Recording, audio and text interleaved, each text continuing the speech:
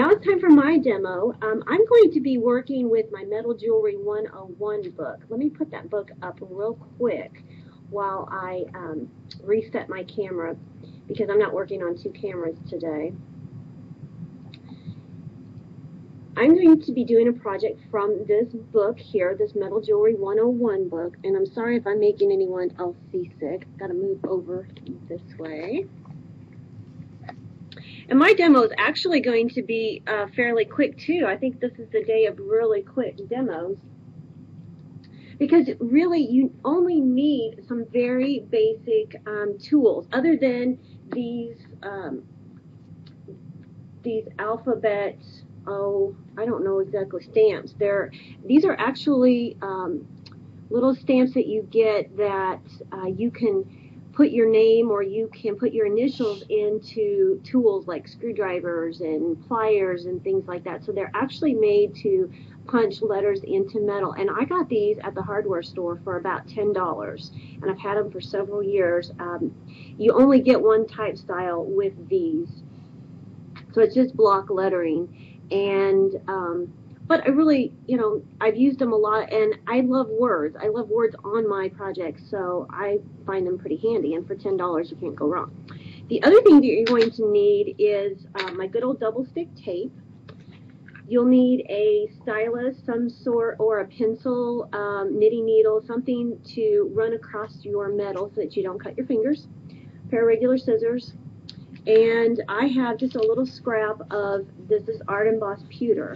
This is a really creamy, it's fairly thick. It's thicker than aluminum, but what I like about working with pewter is you can see how nice it bends, because it is such a soft metal. And like I said, I call it creamy, and I'll show you why here in a minute.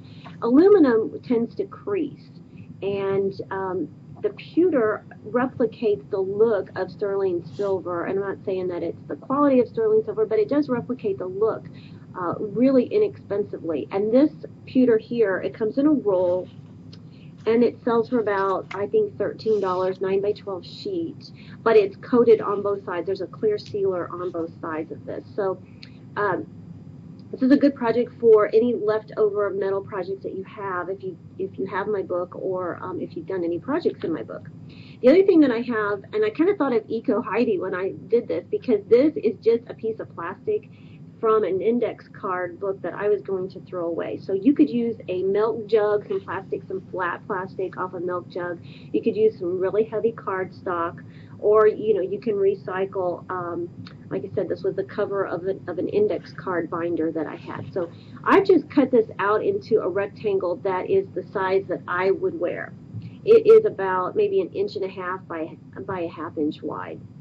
And I have on this piece, what I've done is I've just taken and I've added double stick tape to both sides of this piece of plastic. So then after I did that, I wrap the pewter around that, and I cut it out with my scissors. So you get this piece here. There you go.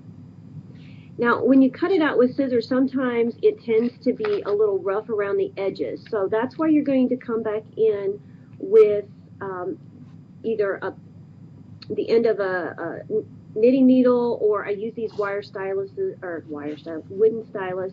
They come in the package with the metal, but you can just rub along the edges here, and that softens your edges nice and pretty, and it puts your edges down so that you don't have any sharp corners.